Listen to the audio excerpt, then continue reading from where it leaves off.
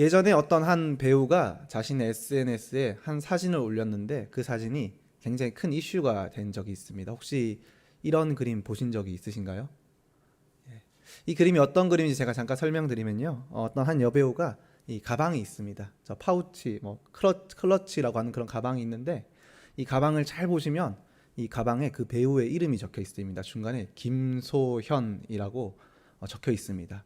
이게 어떻게 된 상황인지 조금 설명을 드리면요. 보통 아이들이 뭐 책을 사거나 학용품을 사거나 아이들이 물건을 사면 거기에 아이의 이름을 적어줄 때가 있지 않습니까? 이게 너 거야라고 적어주고 섞이지 않기 위해서 학교에 가서 다른 친구랑 헷갈리지 않기 위해서 뭐 노트에도 이름을 적어주고 책에도 이름을 적어주고 뭐 이렇게 이름을 적어주는 경우가 있지 않습니까? 그래서 엄마가 매일 자기 물건에 이렇게 이름을 적어주니까 이 아이도 엄마 가방에 엄마 거라고 이름을 적어줘야겠다라는 생각이 들었나 봅니다. 그래서 이렇게 매직으로 엄마 가방에 이렇게 이름을 적어줬습니다. 김소현 이름을 적어주고 이 옆에는 캐릭터도 하나 그렸습니다. 자세히 사진을 보시면 그렇습니다. 그런데 문제는 이 가방이 이제 100만 원이 넘는 흔히 명품이라 불리는 그런 가방이라는 것입니다.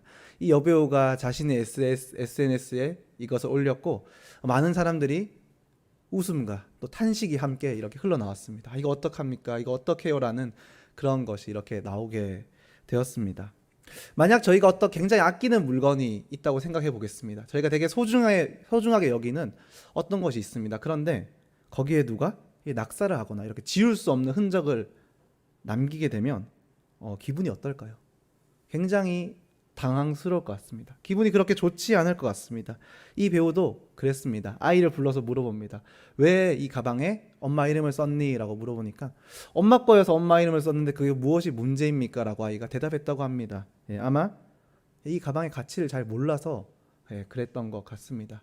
저희 집에도 조그만 아기가 한 명 있는데 저희 집에도 비슷한 사건이 하나 있었습니다. 제가 얼마 전에 경험했던 일인데 제가 자주 사용하는 이렇게 태블릿 PC가 있습니다. 제가 거기에 책도 보고 뭐 말씀도 준비하고 뭐 여러 가지 일들을 하는데 어느 날 한번 이 태블릿 PC를 제가 책상에 있는 걸 딱 들었는데 그 제 태블릿 PC에 누가 매직이랑 사이펜으로 낙사를 다 해둔 겁니다.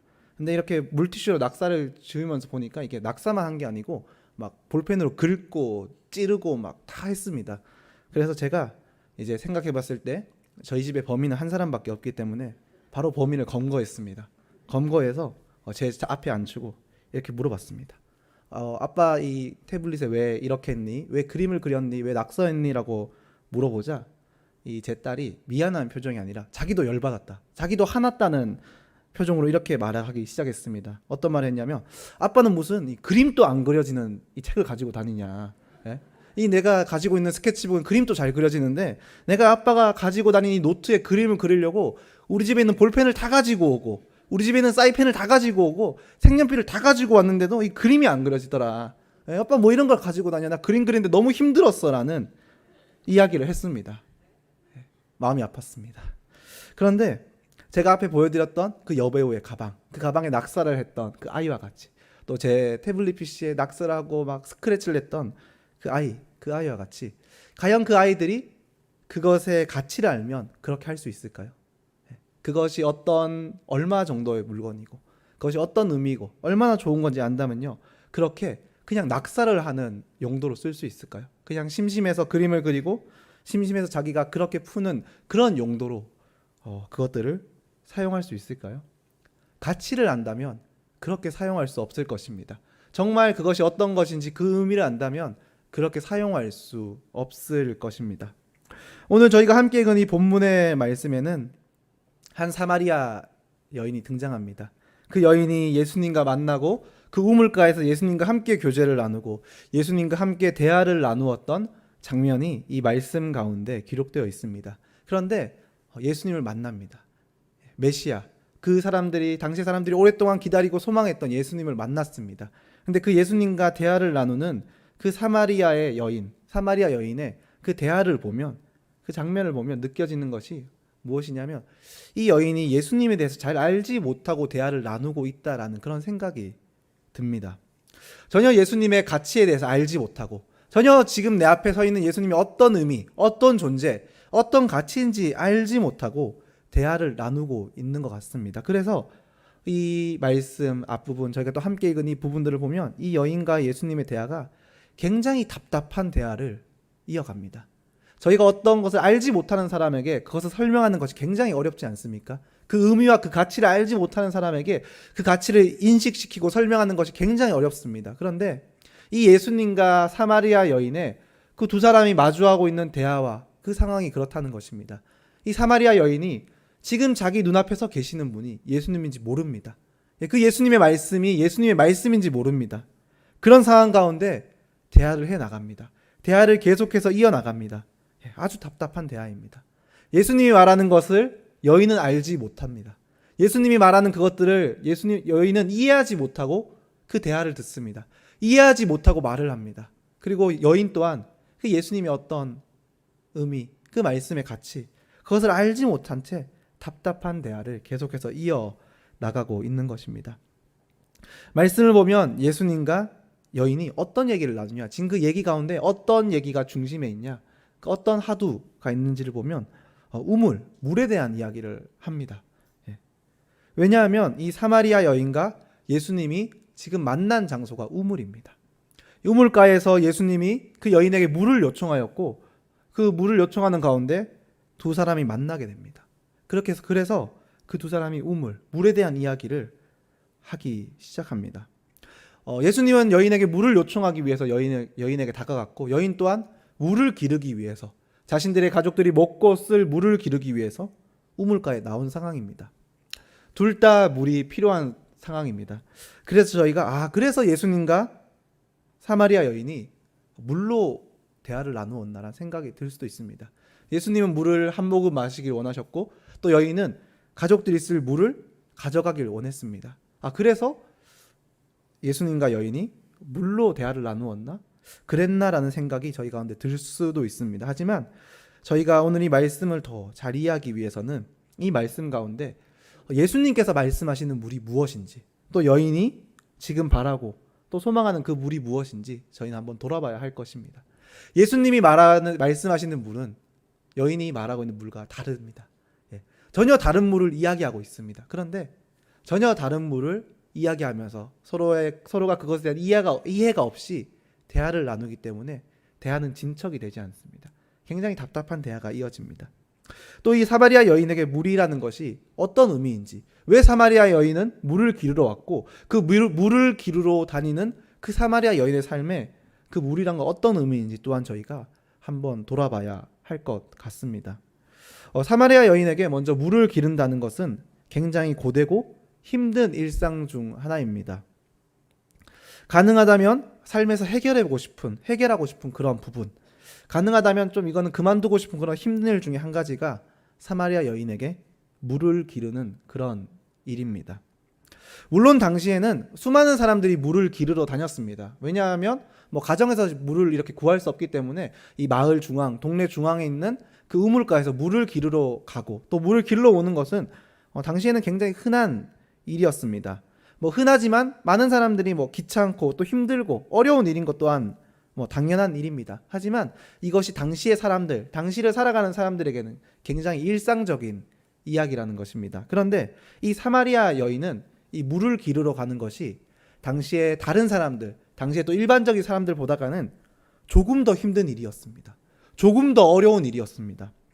왜냐하면 당시의 사람들은 대부분 물을 기르러 언제 가냐면 이른 시간에 갑니다. 해가 뜨기 전 이른 새벽에 물을 기르러 나갑니다. 왜냐하면 이스라엘이라는 지역, 그 팔레스타인 또 그쪽 그 지역이 굉장히 더운 곳이기 때문입니다. 낮이 되고 해가 떠오르면 굉장히 뜨거운 곳이기 때문에 그 지역에서 또 당시에 그 시대를 살아가는 사람들은 해가 뜨기 전 이른 시간에 물을 기르러 움직이는 것이 일반적인 모습입니다. 대부분의 사람들은 그렇습니다. 해가 뜨기 전, 덥기 전 물을 기르러 다 걸어갑니다. 다 물을 기르러 옵니다. 그런데 이 본문의 사마리아 여인은 조금 달랐습니다. 저희가 함께 읽지는 않았지만 본문 14장, 이제 요한복음 14장 6절의 말씀을 보면 이 사마리아 여인이 물을 기르러 온 시간이 기록되어 있는데 그 말씀을 보면 사마리아 여인이 6시에 물을 기르러 왔다라고 기록하고 있습니다. 오늘 저희가 이해할 때는 6시면 해가 뜨기 전 이른 시간, 아주 새벽의 시간이다라고 이해할 수도 있지만 이 당시 그 시대에는 오늘과 같이 하루를 24시간이라는 기준으로 시간을 나누지 않았습니다. 당시의 시계는 24시간이 기준이 아니었습니다. 당시에 그 시대에는 사마리아 여인이 살아갔던 그 시대에는 12시간을 기준으로 시간을 나눴습니다. 지금의 절반의 시간이 되는 것입니다. 그래서 6시라는 것은 12시의 시간에 딱 중앙이 되는 시간입니다. 즉 오늘날로 따지면 딱 정오가 되는 시간인 것입니다. 대부분의 사람들은 해가 뜨기 전에, 뜨거운 햇빛이 내려지기 전에 새벽에 이른 시간에 물을 기르러 갑니다. 물을 기르러 와서 하루에 빨리 그 힘든 일을 해결하고 끝냅니다. 그런데 이 사마리아 여인은 12시, 오늘로 따지면 12시, 당시에는 6시, 해가 중앙에 떠 있는 가장 뜨거운 그 정오의 시간에 물을 기르러 왔다는 것입니다. 일반 사람들은 물을 기르러 가지 않는 그 시간에 그 여인은 우물가에 물을 기르러 왔다는 것입니다. 그러면 사마리아 여인은 가장 뜨거운 시간, 해가 가장 중심에 떠 있는 그 시간, 일반적인 사람들은 물을 기르러 가지 않고 움직이지 않는 그 시간에 왜 물을 기르러 갔냐는 것입니다. 왜냐하면요, 이것이 당시에 사마리아인들의 숙명이었기 때문입니다. 당시에 사마리아인들은 핍박을 받았습니다. 유대인들로부터 핍박을 받았습니다. 사실 오늘 이 예수님께서 이 사마리아 여인이 있는 이곳을 지나가는 것 자체가 의문이 되는 그런 말씀입니다. 왜냐하면 유대인들은 사마리아인들과 상종을 하지 않습니다. 그들을 핍박하고 더불어 상종을 하지 않습니다. 만약에 가야 되는 길이 있는데 그곳이 사마리아인들의 마을을 지나가야 한다면 그것을 피해서 시간이 더 오래 걸려도 돌아가는 것이 당시의 유대인들의 삶이었습니다. 유대인들은 사마리아인들을 존중하지 않고 핍박하였고 사마리아인들과 함께하는 것 그조차 별로 반기지 않았습니다. 그래서 이 사마리아인들에게 우물에 물을 뜨러 간다는 것은 유대인들이 많이 다니는 일반적인 사람들이 많이 다니는 그런 그 아침의 시간에는 갈 수가 없는 것입니다. 그럼 언제 갈 수 있냐? 사람들이 다니지 않는 시간입니다. 유대인들이 다니지 않는 시간입니다. 너무 뜨겁고 햇빛이 너무 쨍하게 내려져서 힘들어서 아무도 움직이지 않는 그 시간에 사마리아인들은 우물에 물을 기르러 가야 했다는 것입니다. 오늘 본문의 사마리아 여인도 그렇습니다. 그녀가 6시, 정오, 그 시간에 물을 기르러 왔던 것은 유대인들을 피해서 그 시간에 왔습니다. 가장 햇빛이 내려지고 가장 덥고 가장 힘든 그 시간에 그 여인은 그 가족들이 쓸 물을 위해서 또 우리가 함께 쓸 물을 위해서 그것을 기르러 우물가에 왔다는 것입니다. 이 말씀 가운데 사실 예수님께서 사마리아 여인에게 이 물이라는 것에 대해서 물어보셨던 것은 사실 그 여인의 삶 가운데 가장 힘들고 가장 지치고 어쩌면 가장 하고 싶지 않은 일, 가장 해결되기 원하는 그런 삶의 한 부분을 건드린 것과 같습니다. 사마리아 여인 가운데는 아마 이런 마음이 있었을 것입니다. 이렇게 지치고 힘들고 이렇게 가장 뜨거운 이 시간에 유대인들의 눈을 피해서 물을 기르는 것을 언제까지 해야 될까라는 그런 고민이 있었을 것 같습니다. 과연 나는 이 해가 뜨기 전 이른 시간, 아주 시원한 그 시간에 물을 뜨러는 올 수 없을까? 어떻게 하면 내가 이 시간을 피해서 이 고된 이 시간을 피해서 물을 뜰 수 없을까라는 그런 고민, 그런 생각이 이 사마리아 여인 가운데 있었을 것입니다. 그래서 예수님은 그런 사마리아 여인에게 오늘 말씀 가운데 이렇게 말씀하십니다. 13절의 말씀입니다. 13절의 말씀은 이렇게 기록되어 있습니다. 예수께서 대답하여 이르시되 이 물을 마시는 자마다 다시 목마르려니와 라고 말씀하십니다. 그리고 14절의 말씀을 보면 이렇게 기록되어 있습니다. 내가 주는 물을 마시는 자는 영원히 목마르지 아니하리니 내가 주는 물은 그 속에서 영생하도록 솟아나는 샘물이 되리라 라는 말씀이 기록되어 있습니다. 예수님께서는 이 여인 가운데 말씀하시는 것입니다. 이 물을 들어오는 것이 고민이고 이것이 또 고통이고 힘든 그 여인 가운데 예수님께서 한마디를 하시는데 그 말이 바로 이 우물은 떠도 너희가 마셔도 다시 목마르게 될 것이다 라고 말씀하십니다. 그런데 내가 너에게 주는 물을 마시면 너희가 영원히 목마르지 않게 될 것이다.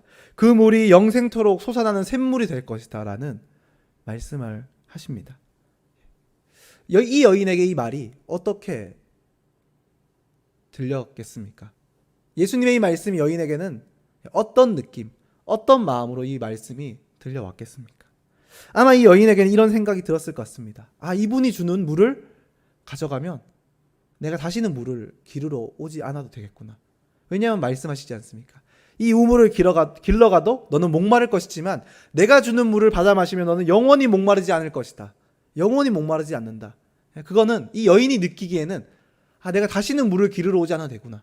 이 물을 마시면 다시는 목마르지 않기 때문에 내가 이 힘든 일상, 또 힘든 삶, 또 나의 힘든 삶의 터전에 다시 나오지 않아도 되겠구나라는 그런 생각이 들었을 것입니다. 그 여인 마음 가운데 그런 마음이 들었을 것입니다. 그런데 사실 예수님께서 이 여인에게 하셨던 이 말씀, 이 본문, 이 메시지는 여인이 느낀 것과는 조금 다른 의미의 말씀이었습니다. 한 성경 주석은 본문 13절, 14절의 말씀을 이렇게 이야기합니다.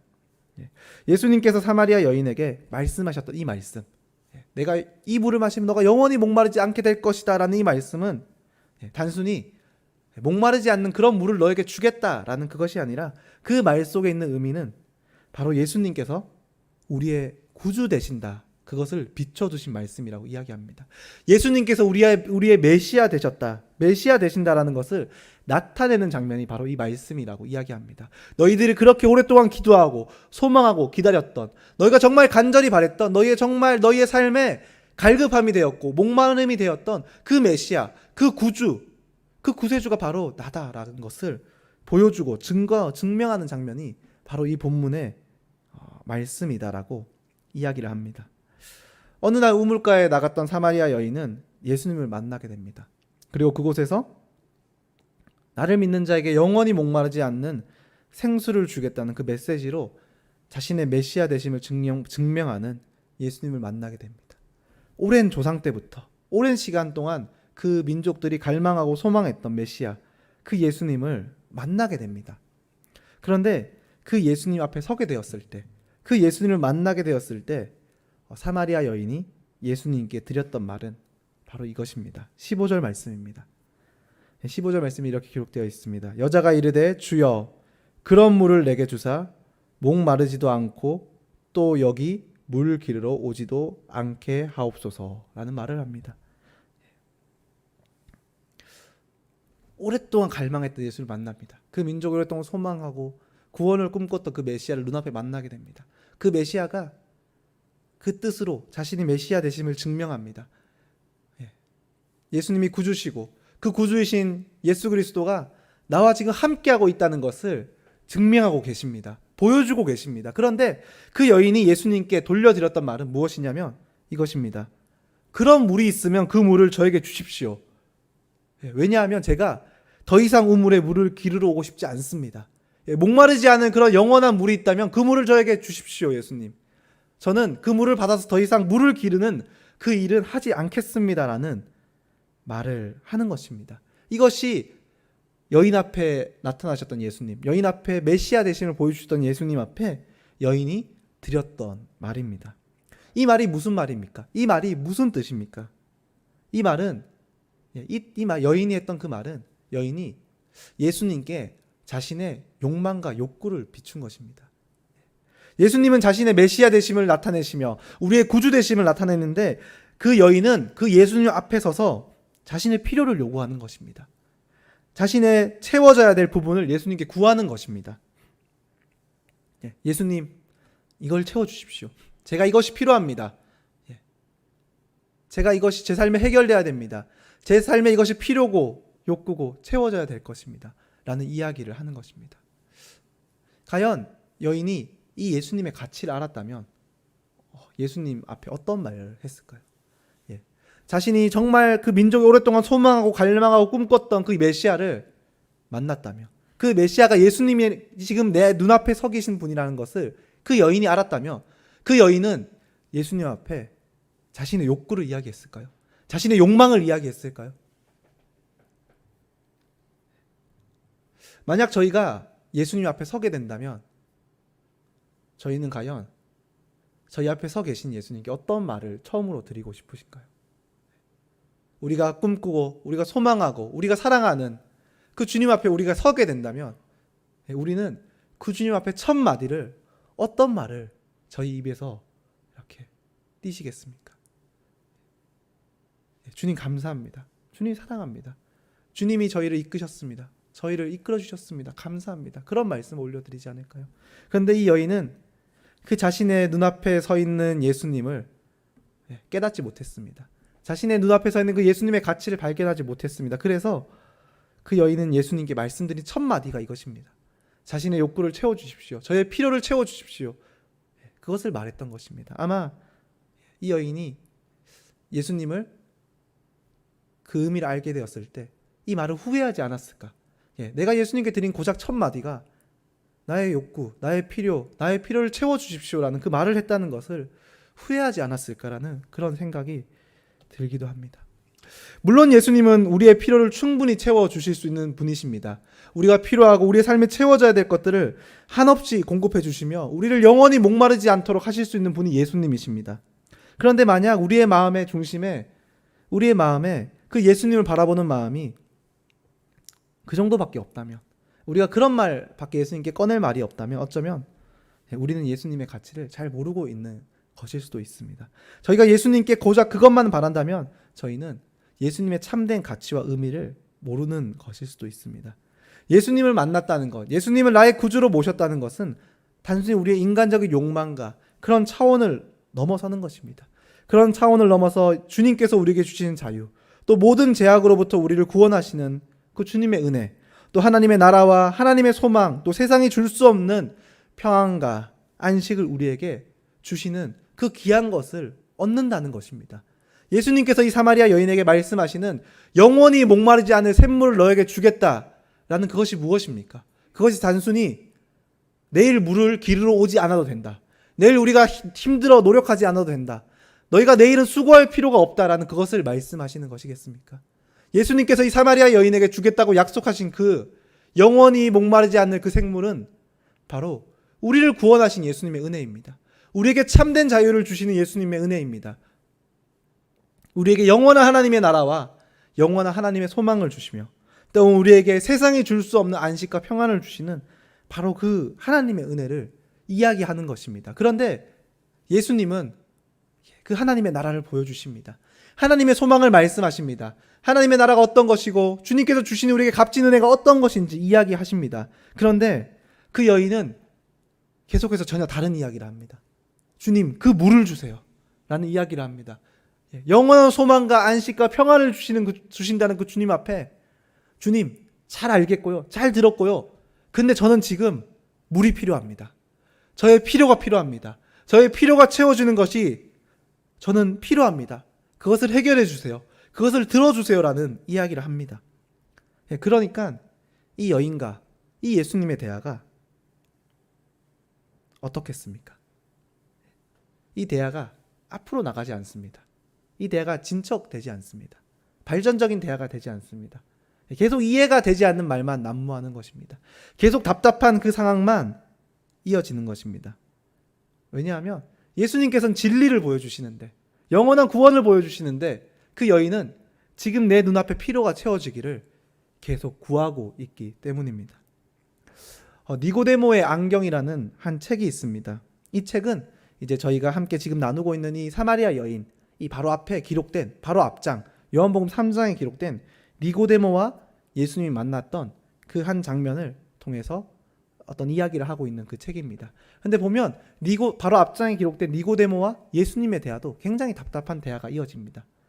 그 책에 보면 이제 그 답답한 대화가 이어지는데, 왜 답답한 대화가 이어지는지, 왜 니고데모와 예수님의 만남 가운데에도 왜 답답한 그 대화가 이어지는지 책에서는 한 몇 줄의 문장으로 그것을 설명하고 있습니다. 책의 한 문장을 보면 이런 문장이 있습니다. 니고데모는 안경이 필요한 사람이다. 진심으로 하나님의 나라를 보기 원했다면 말이다 라는 문장이 있습니다. 이 문장이 말하는 것이 무엇입니까? 저희가 진심으로 하나님의 나라를 보기 위해서는 안경이 필요하다는 것입니다. 안경의 역할이 무엇입니까? 보이지 않는 것을 보게 하는 것입니다. 무엇을 잘 볼 수 없는 사람을 보게 하는 것입니다. 그런데 단순히 보게 하는 것이 아니라 초점을 잘 맞춰서, 그 마음을 잘 맞춰서 흐리지 않고 선명하게 보게 하는 것이 안경입니다. 그런데 이 니고데모의 안경이라는 이 책에서는 이렇게 이야기합니다.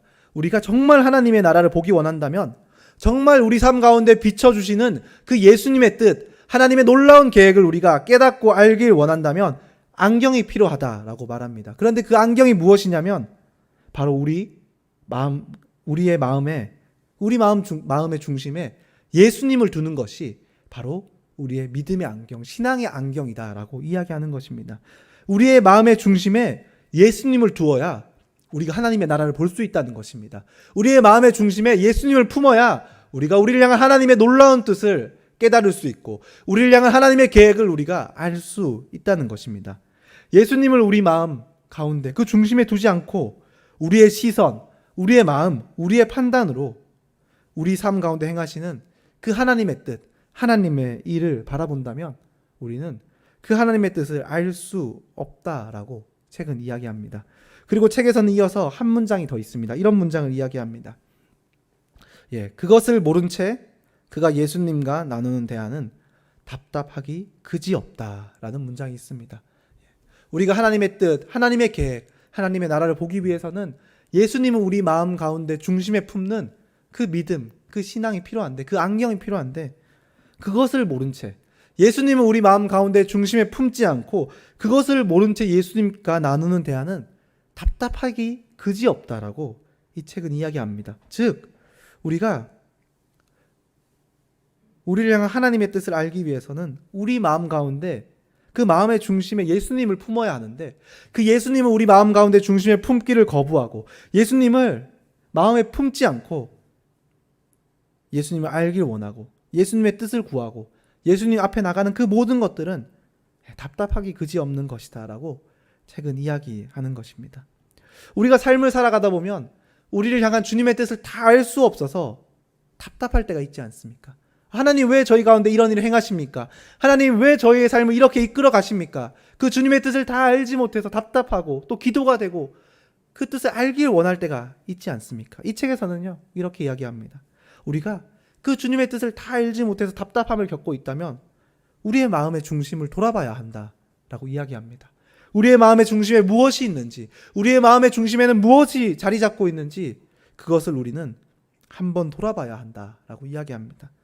오늘 이 책에 니고데모가 그렇습니다. 예수님과 대화를 합니다.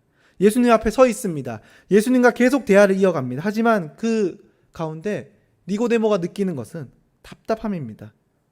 왜냐하면 그 마음 가운데 중심에 예수님을 품고 있지 않기 때문입니다. 저희가 함께 나눈 이 본문의 말씀 사마리아 여인도 동일합니다.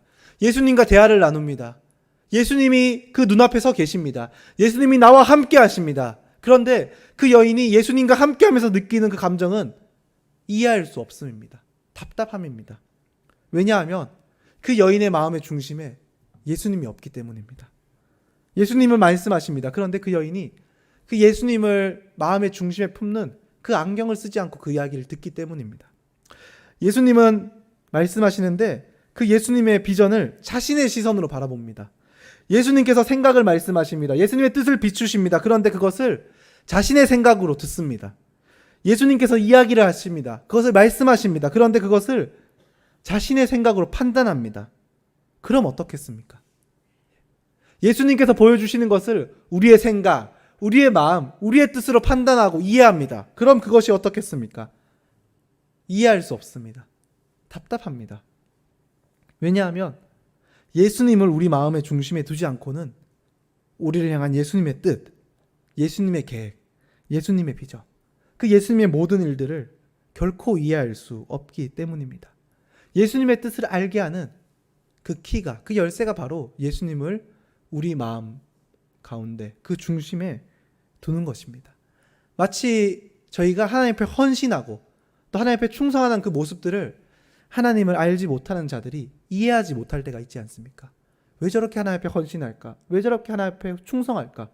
그래서 그렇게 해서 얻어지는 것이 무엇일까? 라고 믿지 않는 사람들은 그렇게 생각할 때가 있지 않습니까? 왜 그런 생각을 하겠습니까? 왜 하나님 앞에 드려지는 충성과 헌신과 열심을 이해하지 못하겠습니까? 왜냐하면 그 마음 가운데, 그 마음의 중심에 예수님이 없기 때문입니다. 사마리아 여인이 그렇습니다.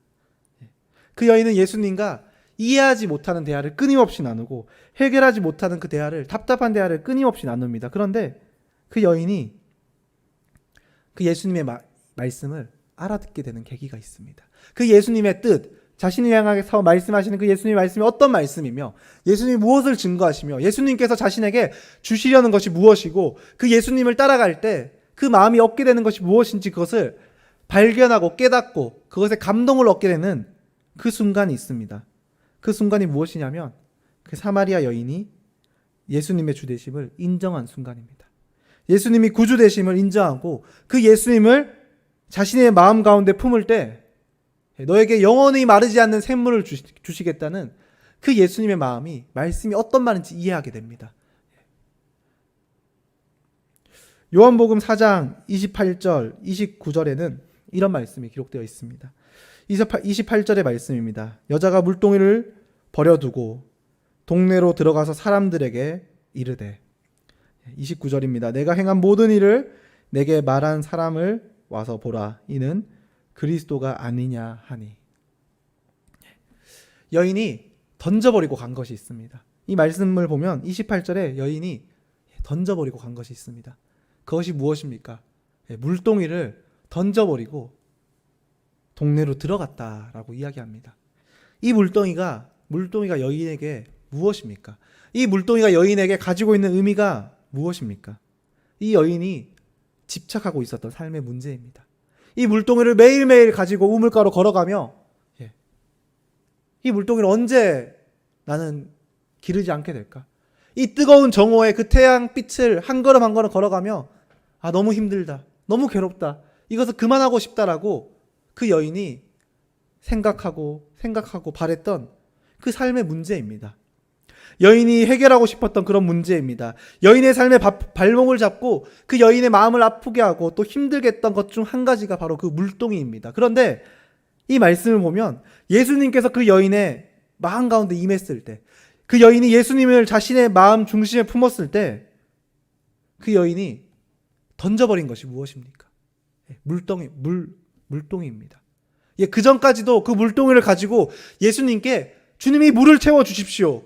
제 삶의 이 문제를 해결해 주십시오. 제 삶의 제 고민과 이 해결되지 않는 문제를 주님께서 해결하시고 이 물동이를 제 손에서 거두어가 주십시오라고 그렇게 이야기하고 자신의 삶의 문제, 자신의 삶의 필요에만 집착했던 그 여인이 예수님이 그 삶 가운데, 그 마음 가운데 중심에 들어가셨을 때, 중심에 자리 잡게 되었을 때, 그 예수님을 자신의 중심에, 자신의 삶의 주인으로 모시게 되었을 때 그 여인이 가장 먼저 버려버리고 던져버리고 뛰어갔던 것이 바로 그 물동이라는 것입니다. 예수님이 그 삶 가운데, 그 마음 가운데 중심에 서게 되었을 때 그 여인은 자신의 삶을 붙잡고 있던 모든 문제, 자신의 발목을 붙잡고 있었던 그 삶의 문제로부터 참된 자유를 누리게 된 것입니다. 예수님께서 그 여인에게 주고자 하셨던 참된 자유와 그 구원을 그 여인이 누리게 되고 그 기쁨으로 동네로 들어가 예수님을 증거하고 예수님을 증언하게 되었던 것입니다. 앞에서 제가 말씀드린 그 니고데모의 안경, 그 책의 내용과 같이 또 이 사마리아 여인의 이 한 사건과 같이 이 말씀이 오늘 저희들에게 말씀하시는 것은 예수님을 우리 마음 중심에 품지 않고서는 우리가 예수님을 다 알 수 없다는 것입니다. 우리 삶 가운데 행하시는 그 예수님의 뜻을 이해할 수 없다는 것입니다. 때로는 저희가 이해할 수 없을 때가 있지 않습니까? 주님께서 왜 이렇게 우리의 삶을 이끌어 가시는지, 왜 우리 삶 가운데 이런 일을 행하시는지 이해할 수 없을 때가 있지 않습니까? 왜 이렇게 내 삶을 이끌어 가는지 이해할 수 없을 때가 있지 않습니까? 그런데 오늘 이 말씀은 우리에게 말씀하십니다. 예수님을 우리 마음의 중심에 두어야 그 모든 것을 이해할 수 있다라고 이야기합니다. 예수님을 우리 마음 가운데 중심에 품어야 우리의 삶의 그 모든 문제들이 주님 안에서 자유해진다라고 이야기를 하는 것입니다. 우리에게 참된 자유를 줄 수 있는 분이 바로 예수님이다라고 이야기를 하는 것입니다. 우리가 삶의 어떤 문제를 해결하기 위해서 거기에만 목숨을 걸고 거기에만 매여 있을 때 그것이 해결되는 것이 아니라 우리 마음 가운데 그 마음의 중심에 예수님을 품을 때 우리 삶을 인도하시는 그 예수님의 놀라운 계획, 놀라운 뜻을 우리가 발견하게 되고 그 뜻을 알게 됨으로써 우리가 우리의 삶을 붙잡고 있는 그 물동이를 던져버릴 수 있다는 것입니다. 그것들을 던져버리고 자유함으로 주님 앞에 뛰어나갈 수 있다고 오늘 이 말씀은 이야기하는 것입니다. 오늘 말씀을 보면 이 사마리아 여인은 어느 날 우연히 예수님을 만났습니다. 그 우물가에 나갈 때 오늘 이곳에서 예수님을 만나겠지, 오늘 이곳에서 나를 구원하시는 그분이 임재하실 거야 라는 그런 기대를 가지고 나가지 않았습니다. 그런데 그곳에서 그 여인은 그 소망하고 기대하던 그 예수님을 마주하게 됩니다. 예수님을 만나게 됩니다. 예수님은 이 여인 가운데 오늘 임했던 것처럼 우리의 삶의 자리, 우리의 일상을 찾아오시는 분이 예수님이십니다. 우리의 삶의 터전 가운데, 우리의 일상 가운데 찾아오셔서 우리와 함께 하시는 분이 바로 예수님이라는 것입니다. 우리의 모든 순간순간 가운데 임재하셔서 함께 하시며 우리와 동행하시며 우리를 바라보시는 분이 바로 그 예수님이라는 것입니다. 저희가 함께하는 이 곳 가운데, 이 순간 가운데도 주님이 이미 함께 하십니다. 주님이 함께 하시며 우리를 바라보고 계십니다. 그런데 저희가 주님이 우리와 함께 하시는 그곳 가운데 우리는 주님께 무엇을 올려드리고 있나요? 무엇을 마음의 중심에 품고 주님 앞에 나아가고 있나요? 소망하는 것은요, 우리 가운데 이런 마음이 필요할 것 같습니다. 우리의 문제와 또 삶의 필요와 삶의 욕구와 집착을 가지고 그것을 마음의 중심에 품고 예수님께 나아가면 저희는 예수님께서 우리에게 주시는 값진 은혜와 값진 선물과 그 예수님의 뜻과 비전을 발견할 수 없다는 것입니다. 우리 마음 가운데 예수님을 품고 예수님을 소망하며 살아갈 때 우리는 우리의 삶 가운데 임하시는 그 주님을 바라볼 수 있으며 또 주님이 그 삶 가운데 우리 가운데 비추어 주시는 그 주님의 뜻과 주님의 계획과 주님의 은혜를 저희는 알 수 있다는 것입니다. 소망하는 것은 우리가 우리의 삶의 모든 영역들 가운데 주님을 우리의 마음의 중심에 품고 살아가길 소망합니다. 단순히 예배를 하는 이 장소, 이 순간만이 아니라 우리의 가정에서도 우리가 우리의 마음의 중심은 예수님을 품고 살아가길 소망합니다. 그렇게 예수님을 우리의 마음의 중심에 품고 살아갈 때 우리는 우리의 가정을 향한 하나님의 놀라운 뜻을 발견하게 될 것입니다. 때로는 가정 가운데 이해할 수 없는 그런 일들이나 또 그런 것들 또한 우리의 마음의 중심에 예수님을 품고 살아갈 때 그 일을 넘어서 주님께서 계획하고 계시는 일들을 우리는 마주할 수 있을 것입니다. 그 주님의 뜻을 알 수 있을 것입니다. 또한 우리의 삶, 우리가 살아가는 삶의 터전, 우리의 모든 영역들 가운데서도 그 모든 순간순간마다 그 모든 곳에는 우리의 마음의 중심에 예수님을 품고 살아가길 소망합니다. 그렇게 예수님의 마음을 품고 살아간다면 그 삶의 터전 가운데서도 우리를 향한 하나님의 뜻을 저희는 발견할 수 있을 것입니다.